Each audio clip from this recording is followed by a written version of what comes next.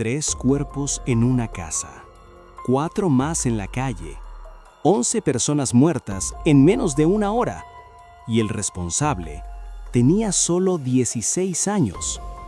En este video te voy a revelar cómo Eric Borel planeó meticulosamente esta masacre, pero lo que descubrieron en su diario personal a mitad de este relato cambiará completamente lo que piensas sobre este caso. Agosto de 1995. Solliès-Pont, un pequeño pueblo al sur de Francia, cerca de Tolón. El calor del verano, calles tranquilas, los últimos días de vacaciones antes del inicio de clases.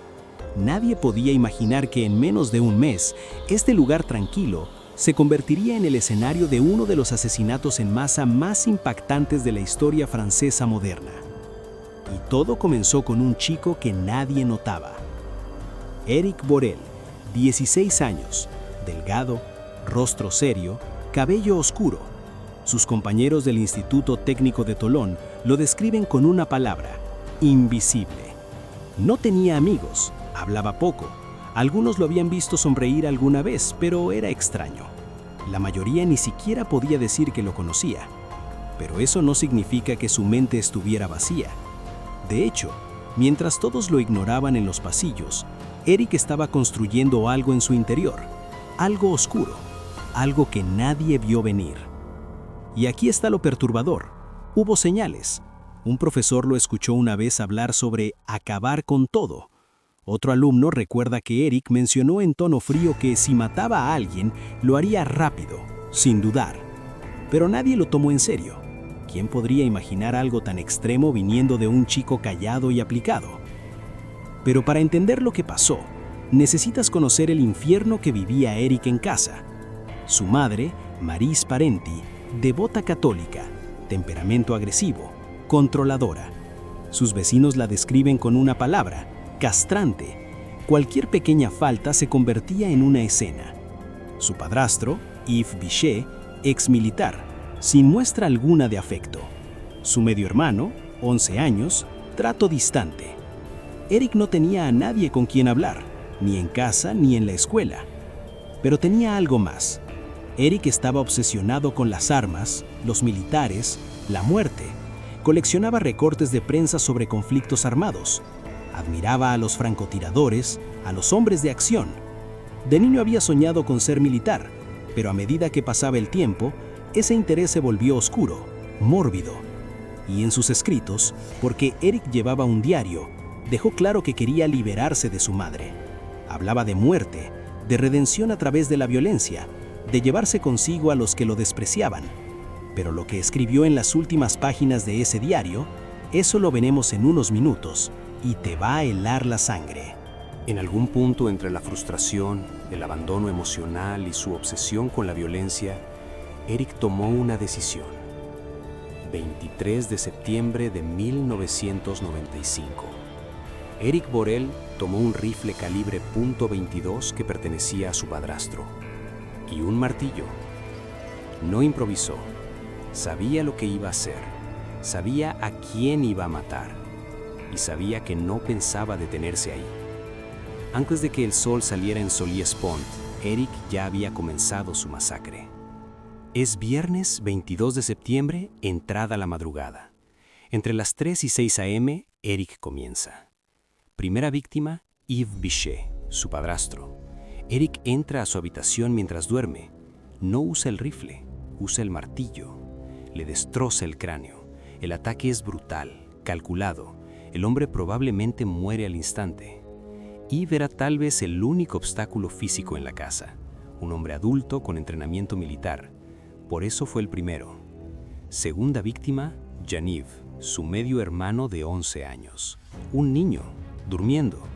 Eric no duda. Usa la misma herramienta. Algunos informes sugieren que el niño pudo haber despertado segundos antes de morir. Tercera víctima, Maryse Parenti, su madre. Con ella, Eric descarga todo. Según la investigación forense, su madre recibió más golpes que el resto. Años de rabia, resentimiento, odio acumulado, todo explotó en ese momento. Al amanecer, la casa está en silencio. 3 cuerpos yacen dentro. ¿Y qué hace Eric después? Se ducha, se cambia de ropa, se lava las manos meticulosamente como si nada hubiera ocurrido. Antes de salir escribe una nota. Habla del fracaso de la sociedad, de su sufrimiento, de cómo su madre lo destruía por dentro. No pide perdón, no busca comprensión, solo deja constancia de su rabia. Porque Eric Borel no pensaba detenerse ahí. Con el rifle en la mano y una mochila al hombro, sale por la puerta principal. Lo que haría en las siguientes horas dejaría toda Francia en shock. Eric camina más de 10 kilómetros bajo el sol de la Provenza. Destino, Cuir, el pueblo vecino. Lleva 40 cartuchos de munición, un cuchillo, dinero en efectivo y varios objetos personales. Parece preparado para algo más que una simple huida. Tiene un objetivo claro, la casa de su mejor amigo. Pero aquí viene lo que te prometí al inicio, lo que la policía descubrió en el diario de Eric cuando encontraron su cuerpo, porque en esas páginas finales había algo que nadie esperaba encontrar y que explica por qué hizo lo que hizo. Pero antes de llegar a eso, necesitas saber qué pasó en Cuir, porque lo que Eric hizo en esa hora cambió la historia criminal de Francia para siempre. 8 a.m. Eric llega a la casa de Alain Guillemet, de 17 años, su supuesto mejor amigo. La familia Guillemet aún está en casa. Alain, su madre, su padrastro, su hermana. Lo que sucede a continuación es despiadado. Eric entra armado. Mata primero a Alain. No se sabe si hubo palabras antes del disparo. Lo mata con el rifle de forma rápida. Luego Jean-Michel, el padrastro, muerto. Arlette, la madre, muerta. Aline, la hermana menor, intenta huir por el pasillo. Le dispara en el abdomen, muere poco después.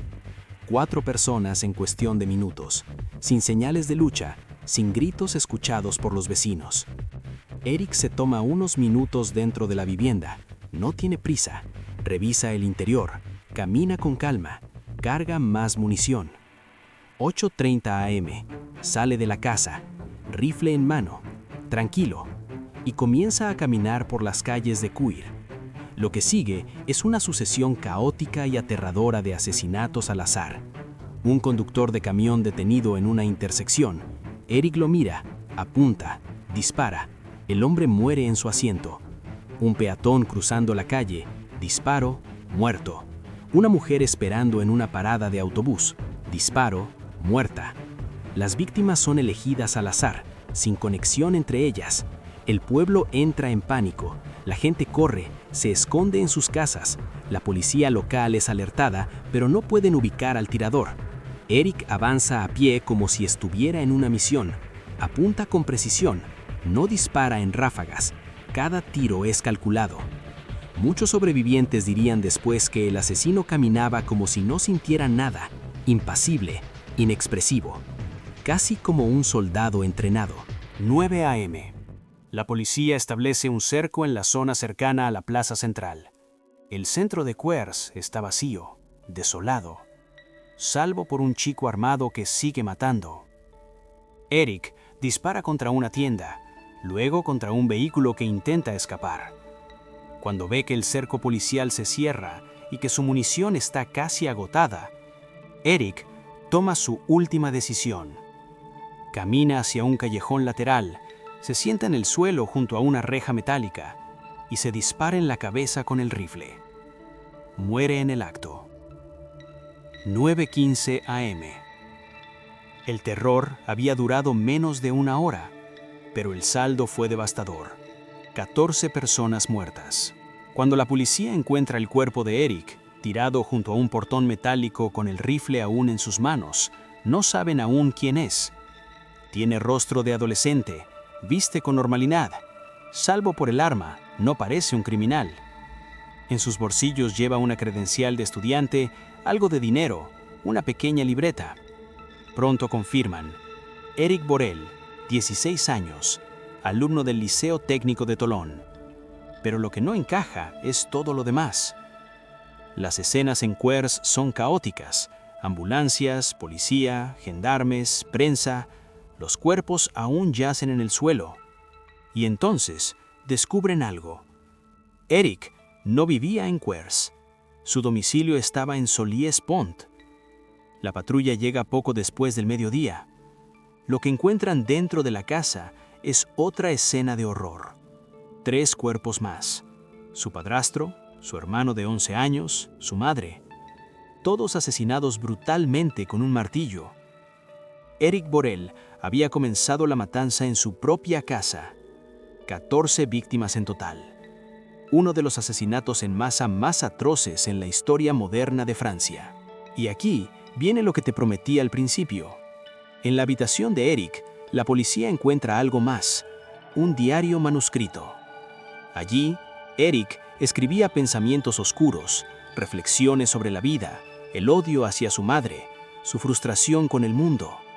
Decía que se sentía humillado, encerrado, controlado, que no soportaba más a su madre, que ella lo destruía psicológicamente, que lo trataba como a un prisionero.